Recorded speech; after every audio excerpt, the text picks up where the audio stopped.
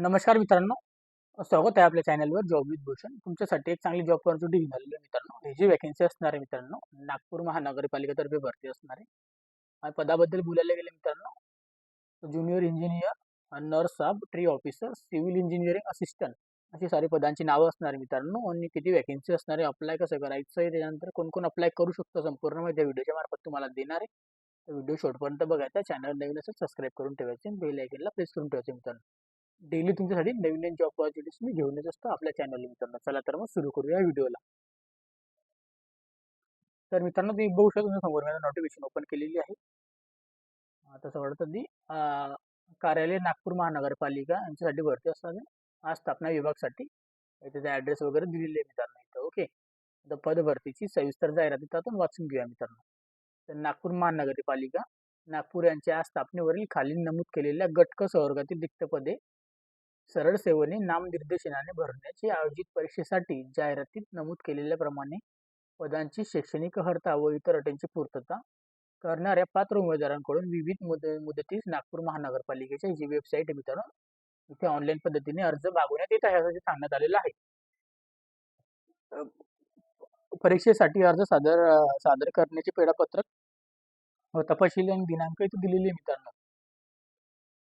Okay, तर परीक्षेसाठी online पद्धतीने अर्ज स्वीकारण्याची कालावधी असणार आहे आपल्याला 26/12/2024 पासून तर 15/1/2025 पर्यंत मित्रांनो. ओके, तर आपल्याकडे अजून भरपूर टाइम आहे. तर मित्रांनो, इथं परीक्षेसाठी परिपूर्ण अर्ज सादर करण्याची अंतिम दिनांक पण सेम असणार आपल्याला 15/1/2025. आणि आपल्याला परीक्षा शुल्क भरण्याची तारीख पण सेम असणार आहे मित्रांनो. आणि आपल्याला परीक्षेचे वेळापत्रक वगैरे हे सगळे आपल्याला ऑनलाईन पद्धतीने आपल्या वेबसाईटच्या मार्फत मिळणार आहे मित्रांनो. जेव्हा परीक्षा असेल तेव्हा तेव्हा टायमाला. ओके, इथं वरील पद भरतीसाठी खाली नमूद केल्याप्रमाणे परीक्षा ऑनलाईन पद्धतीने कॉम्प्युटर बेस्ड टेस्ट व विविध करण्याची येणाऱ्या परीक्षा केंद्रावर घेण्यात येईल. तसेच मित्रांनो, परीक्षेसाठी पात्र झालेल्या अर्जांची संख्या विचारता घेऊन आवश्यक असलेल्या सदर परीक्षेची एकापेक्षा अधिक दिवशी व एकापेक्षा अधिक सत्रात घेण्यात येईल मित्रांनो सांगण्यात आलेलं आहे. अशा प्रत्येक सत्रातील परीक्षेसाठी विविध केलेल्या अभ्यासक्रम, त्यानंतर त्या आधारित वेळोवेळी प्रश्नपत्रिका असेल. संबंधित उमेदवारास त्यांचा प्रत्यक्ष दिनांक, वेळ, परीक्षा केंद्र, केंद्राचा तपशील, त्यानंतर प्रवेश पत्राचे वरील प्रमाणे नमूद संकेतस्थळावर आपल्याला मिळणार आहे मित्रांनो. ओके, अशा पद्धतीने इथं माहिती दिलेली आहे. या वेळापत्रकामध्ये काही बदल झाल्यास आपल्याला नागपूर महानगरपालिकेच्या वेबसाईटवर आपल्याला इथं सांगण्यात येईल. ओके, तर काही पण अडचणी वगैरे असेल, आपल्याला काही अडचण बदल झाल्यास आपण वेबसाईट चेक करत राहायची. कोणत्याही मार्गाने आपल्याला कळवण्यात येणार नाही, आपल्याला वेळोवेळी आपल्याला वेबसाईटला भेट द्यायची. ओके, असं इथं सांगण्यात आलेलं आहे मित्रांनो. अशा पद्धतीने आता पुढे जाऊया आपण. पदांचे नाव व आपले 7व्या वेतन आयोगानुसार वेतन श्रेणी भरण्याची पदसंख्या किती असणार आहे बघून घेऊया. कनिष्ठ अभियंता स्थापत्यसाठी आता आपल्याला S14 सॅलरी असणार आहे मित्रांनो. 38,600 पासून 1,22,800 एवढी सॅलरी आपल्याला इथं बघण्यात मिळते मित्रांनो. 36 जागांसाठी भरती असणार आहे. 2 नंबरला कनिष्ठ अभियंता विद्युतसाठी मित्रांनो, इथं आपल्याला S14 सॅलरी बेस इथं पण इथं आपल्याला 38,600 पासून 1,22,800 एवढी सॅलरी बघण्यात मिळते. 3च पदं असणार आहे मित्रांनो याच्यामध्ये. त्यानंतर नर्स परिचारकसाठी GNM साठी असणार आहे मित्रांनो. इथं S13 सॅलरी बेस असणार आहे मित्रांनो. इथं त्यांना 35,400 पासून 1,12,400 एवढी सॅलरी असणार आहे. इथं 52 वॅकन्सी असणार आहे मित्रांनो. त्यानंतर मित्रांनो, वृक्ष अधिकारीसाठी वॅकन्सी असणार आहे. इथं आपल्याला S13 सॅलरी बेस असणार 35,400 पासून 1,12,400 एवढी सॅलरी आपल्याला बघण्यात मिळते मित्रांनो. ते 4 वॅकन्सी असणार आहे. सगळ्यात जास्त वॅकन्सी मित्रांनो इथे स्थापत्य अभियांत्रिक सहाय्यकसाठी S8 सॅलरी असणार आहे. इथं आपल्या 25,800 पासून 81,100 एवढी सॅलरी बघण्यात येईल. 150 पदांसाठी भरती असणार आहे. एकूण 245 पदांसाठी इथं भरती असणार आहे मित्रांनो. ओके, चांगली ऑपॉर्च्युनिटी बघण्यात मिळते मित्रांनो. नागपूर महानगरपालिका सेवानिल भरतीसाठी उपलब्ध रिक्त पदांची तपशील व सदर भरतीचे सरळ सेवेची रिक्त असलेली आवश्यक पदे भरण्यात येणार असून जाहिरातीत नमूद करण्यात आलेली आरक्षित पदे निवड अनुदेशानुसार दर्शविलेले आहेत त्यांना सांगण्यात आलेलं आहे. ओके, तुम्ही इथे बघू शकता. इथे कॅटेगरी वाईज पूर्ण नाव वगैरे दिलेलं आहे. ती पदभरतींच्या पदांच्या आरक्षणाचा तपशील हा भरव्याचे पद व मंजूर संवर्गातील कार्यरत अ, प्रवर्गनिहाय पदे विचार करून प्रवर्गनिहाय योग्य प्रतिनियुक्ती मिळण्याचे त्याच्यानंतर मित्रांनो दृष्टिकोनातून निश्चित करण्यात येईल मित्रांनो सांगण्यात आलेलं आहे. आता मित्रांनो, इथं नागपूर महानगरपालिका साठी भरती असणार आहे. पदनाम आपल्याला कनिष्ठ अभियंता स्थापत्य ज्युनियर इंजिनियर सिव्हिल हे 36 पदे असणार आहे मित्रांनो. एकूण तुम्ही बघू शकता इथं 36 पदांसाठी इथं भरती असणार आहे. सगळ्या कॅटेगरीला मिळून आपल्याला माजी सैनिक, प्रकल्पग्रस्त, भूकंपग्रस्त अशा प्रकारे आपण बघून घ्यायचं इथं. 2 नंबर आपला कनिष्ठ अभियंता, इथं ज्युनियर इंजिनियर इलेक्ट्रिकलसाठी 3 पदे. इथं कॅटेगरी वाईज आपल्याला बघून घ्यायची इथं कोणकोणती पदं असणार आहे. 3 नंबरला मित्रांनो आपल्याला इथं गटकची भरती सगळ्या हे गटकच्याच भरत्या आहे सगळ्या. ओके, तर पुढे जाऊया आपण. आता इथं आपल्याला GNM साठी असणार आहे मित्रांनो, नर्ससाठी 52 पदे. तुम्ही इथं कॅटेगरी वाईज चेक करू शकता कोणाला किती पदे असणार आहे इथं सगळ्या ठिकाणी. त्याच्यानंतर मित्रांनो इथं आता असणार आहे आपल्याला सिव्हिल इंजिनिअरिंग असिस्टंटसाठी 150 पदे असणार आहे मित्रांनो टोटल. तर तुम्ही इथं बघू शकता मित्रांनो, इथं 150 पदे असणारी टोटल 150 पदांसाठी भरती असणारी कॅटेगरी वाईज. ओके, तर कोणत्या कॅटेगरीला किती वेकन्सी ते आपल्याला चेक करून घ्यायची इथं. त्यानंतर आपल्याला पदनाम वृक्ष अधिकारी 3 ऑफिसरसाठी 4 पदे. इथं पण आपण कॅटेगरी वाईज चेक करून घ्यायचं मित्रांनो त्यामध्ये. पदनियत आवश्यक आपल्याला शैक्षणिक पात्रता मित्रांनो बघू शकता तुम्ही. कनिष्ठ अभियंत्यांना यांना ऍक्टिव्ह द्वारा मान्यताप्राप्त स्थापत्य अभियांत्रिक शाखेतील किमान पदवी परीक्षा उत्तीर्ण करणे समकक्ष आहे मित्रांनो. ओके, याला पण इथं सेम असणार आहे. इथं पण त्यांना विद्युतसाठी पण इलेक्ट्रॉनिक शाखेची पदवी समकक्ष असणार आहे. स्थापत्य अभियांत्रिक सहाय्यकसाठी मित्रांनो इथं आपल्याला अभियांत्रिक शाखेची पदविका धारण करणे आवश्यकता आहे. आणि नर्स पालिकेसाठी तर GNMचा कोर्स आपला झालेला असला पाहिजे, ट्रेड नर्स कोर्स. ओके, त्यानंतर वृक्ष अधिकारीसाठी मित्रांनो इथं आपल्याला कृषी विद्यापीठाची BSc ओरिएंटल अँड ॲग्रिकल्चर आपल्याला झालेले पाहिजे. आपण तर इथं आपण अप्लाय करू शकतो. आपल्याला इथं 5 वर्षाचा अनुभव पण दाखवण्यात येणार आहे मित्रांनो. ओके, पदसंख्या आरक्षण संदर्भात तरतुदी वगैरे दिलेल्या आहे मित्रांनो. आरक्षणाला संबंधित संपूर्ण माहिती दिलेली आहे. आपल्याला एवढं वाचून घ्यायचं मित्रांनो. ओके, आरक्षणाबद्दल. ओके, तर कॅटेगरी वाईज सगळ्या कॅटेगरी. ओके, तर पुढे जाऊया मित्रांनो आपण आता. खेळाडू आरक्षण, स्वतंत्र सगळे आरक्षण आपल्याला बघून घ्यायची. इथं अनाथ आरक्षण कशा पद्धतीने दिलेले आहे. माजी सैनिक आरक्षण, प्रकल्पग्रस्त आरक्षण, भूकंपग्रस्त आरक्षण, पदवीधारक उमेदवार आरक्षण कशा पद्धतीने, दिव्यांग आरक्षण, इथं सर्वसामान्य पात्रता, भारतीय नागरिकत्व कोणी पण अप्लाय करू शकतो. इथं ऑल इंडियामधून तुम्ही कोणीही अप्लाय करू शकता. वयोमर्यादा तुम्ही बघू शकता इथं आपल्याला जे मित्रांनो किमान 18 वर्षापासून तर आपण इथं 38 वर्षापर्यंत अप्लाय करू शकतो. ओके, इथे अशा पद्धतीने आपल्याला दिलेले आहे. आणि आपण जर कधी मागासवर्गीयामध्ये येत असाल तर आपण 18 वर्षापासून 43 वर्षापर्यंत अप्लाय करू शकतो. आपल्या सवलतीमध्ये 5 वर्षाची सूट असणार आहे याच्यामध्ये. ओके, अशा पद्धतीने आपण इथं वाचून घ्यायचं कॅटेगरी सूट वगैरे. तर आता ते वयोमर्यादा आपण बघून घेऊया सगळ्या कॅटेगरी मिळून. किमान वयोमर्यादा आपल्याला असणारे 18 वर्ष. राखीवसाठी 38 वर्षापर्यंत अप्लाय करू शकता. मागासवर्गीय व आर्थिक दुबल घटक 43 वर्षापर्यंत अप्लाय करू शकता. माजी सैनिकमध्ये येत असाल आपण ते इथं 38 वर्षापर्यंत अप्लाय करू शकतो. मागासवर्गीयामधली 43 प्लस करू शकतो आपण तर अप्लाय.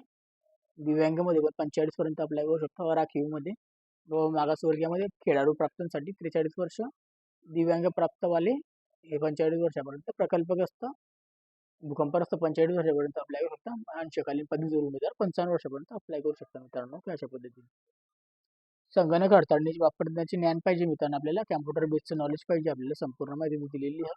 आपण आपल्याला तंत्रज्ञ विषयात आपले उत्तीर्ण झालेले आवश्यक असले पाहिजे अशा पद्धतीने दिलेले आहे.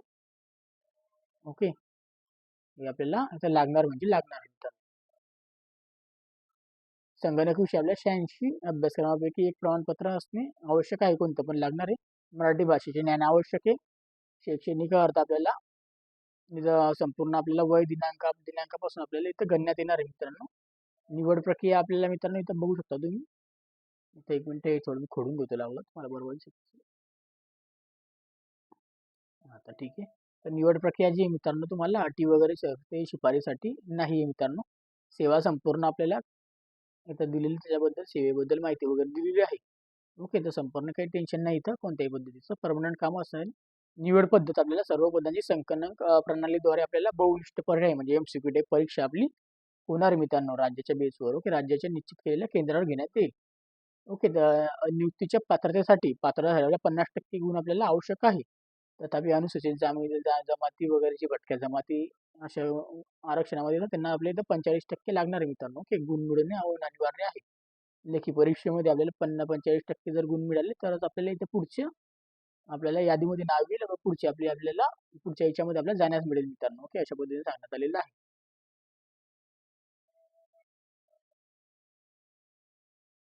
ओके, अशा पद्धतीने इथं माहिती दिलेली आहे. आता गट क ची भरती असणारी मित्रांनो, इथे 100 प्रश्न असतील 200 गुणांसाठी ऑनलाईन परीक्षा घेण्यात येईल.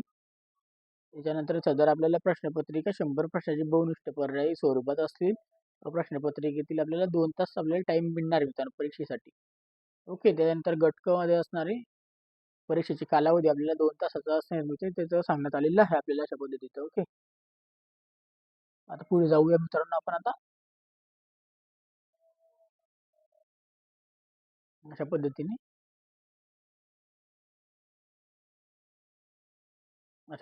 दिलेली आहे संपूर्ण माहिती वगैरे आपल्याला वाचून घ्यायची आपल्यानुसार एकदा परत. ओके, तर आपल्याला इथे रिक्त पदांची संख्या व निवड सूचीमध्ये समाविष्ट करणारे आपल्याला प्रत्यक्ष यादीमध्ये उमेदवारांसाठी इथं माहिती वगैरे दिलेली ते आपण आता बघून घेऊया मित्रांनो. ओके, जेणेकरून डाऊट्स वगैरे क्लिअर होऊन जाते त्याच्यामध्ये. इथे जे मित्रांनो इथे संपूर्ण 2 ते 4 या पदे रिक्त असल्यास 100% पैकी 5 5 5 100% पैकी आपल्याला 5 यापैकी अधिक असेल अशा पद्धतीने आपल्याला दिलेली मित्रांनो. ओके, अशा पद्धतीने वाचून घ्यायचे. अंतिम निवड आपल्याला उमेदवारांची यादी नागपूर महानगरपालिका या संकेतस्थळावर आपल्याला देण्यात येईल मित्रांनो. भविष्यात कुठल्याही कारणास्तव कोणत्याही संवर्गातील वरिष्ठ श्रेणीतील पद रिक्त झाल्यास रिक्त असलेल्या कनिष्ठ पदातील रिक्त पद येणाऱ्या पदामध्ये हक्क सांगता येणार नाही मित्रांनो. सांगण्यात आलेलं आहे मित्रांनो. ओके, लक्षात असू द्यायचं याच्यामध्ये. ओके, त्याच्यानंतर मित्रांनो आता पुढे जाऊया आपण निवड सूची कालमर्यादा आपण बघूया मित्रांनो. इथे दिलेली आहे हे संपूर्ण माहिती वगैरे आपल्याला हे बघून घ्यायचे. निवड सूचीची कालावधी परीक्षेचे स्वरूप आपल्याला इथे दिलेले आहे. नागपूर बहुनिष्ठ पर्याय असणार आहे जसे कॅम्प्युटर बेस्ड टेस्ट. ओके, तर परीक्षा ही कॅम्प्युटर बेस्डच असणार आहे, ते घेण्यात येणार असून प्रत्येक सत्रामध्ये स्वतंत्र केले जाणारी एकापेक्षा जास्त सत्रातील अंतिम यादी प्रश्नपत्रिकेतील स्वरूपामध्ये घेण्यात येणार नॉर्मलायझेशन मध्ये मित्रांनो. ओके, अशा पद्धतीने सांगण्यात आलेलं आहे. ओके, त्यानंतर मित्रांनो इथं पदनाम त्याच्यानंतर इथं विषय व प्रश्न संख्या दिलेली आहे. एकूण प्रश्न व दर्जा व माध्यम प्रश्न संख्या गुण व एकूण आपल्याला किती गुण असणार असं दिलेलं आहे. इथं कनिष्ठ अभियंत्यासाठी मित्रांनो बघू शकतो तुम्ही इंग्रजी मराठी बौद्धिक चाचणी सामान्य ज्ञान या सगळ्यांसाठी तर सेम असणार आहे टॉपिक. ओके, अशा पद्धतीने प्रश्न असणार आहे. फक्त इथं दर्जा असणार आहे इथं 12वीचा आहे आणि पदवीचा असणार आहे मित्रांनो. तांत्रिक अध्ययनाचा असणार आहे. अशा पद्धतीने इंग्लिश मराठीमध्ये आपण देऊ शकतो ही परीक्षा. एकूण इथं आपल्याला